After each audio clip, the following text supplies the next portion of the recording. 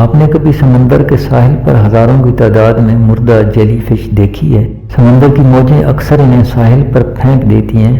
دیکھنے والا پھر سوچتا ہے کہ جو موجیں ان کو ساحل پر پھینک دیتی ہیں، جہاں سسک کر مرنا ان کا مقدر ہوتا ہے، انہیں موجوں کے ساتھ یہ واپس سمندر میں کیوں نہیں چلی جاتی؟ جیلی فش دنیا کے ہر سمندر میں پائی جاتی ہے، لیکن اگر آپ ہزاروں کی تعداد میں مردہ جیلی فش کے درمیان کنفیوز کھڑے ہیں تو پھر آپ ان کے بارے نہیں جانتے۔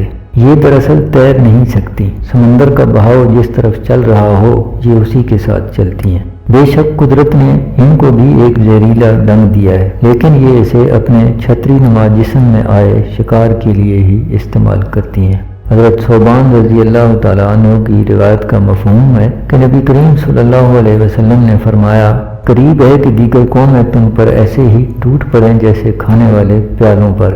تو کسی صحابی نے پوچھا، کیا ہم اس وقت تعداد میں کم ہوں گے؟ آپ صلی اللہ علیہ وسلم نے فرمایا، نہیں، بلکہ تم اس وقت بہت ہوگے، لیکن سیلاب کی جھاگ کی مانند۔ اللہ تمہارے دشمن کے سینوں سے تمہارا خوف نکال دے گا اور تمہارے دلوں میں وہن ڈال دے گا۔ پوچھا گیا، وہن کیا چیز ہے؟ آپ صلی اللہ علیہ وسلم نے فرمایا، یہ دنیا کی محبت اور موت کا ڈر ہے۔ آج اربوں مسلمان ہیں، بس وقت کے بہاؤ کے ساتھ ان کی ساری سوچ اپنے نفس اور زندگی کی تسکین بن گئی ہے۔ ہماری غیرت بس اب وہ ڈنگ رہ گئی ہے جو کسی طرح ہمارے نفس کی تسکین ہی کرے۔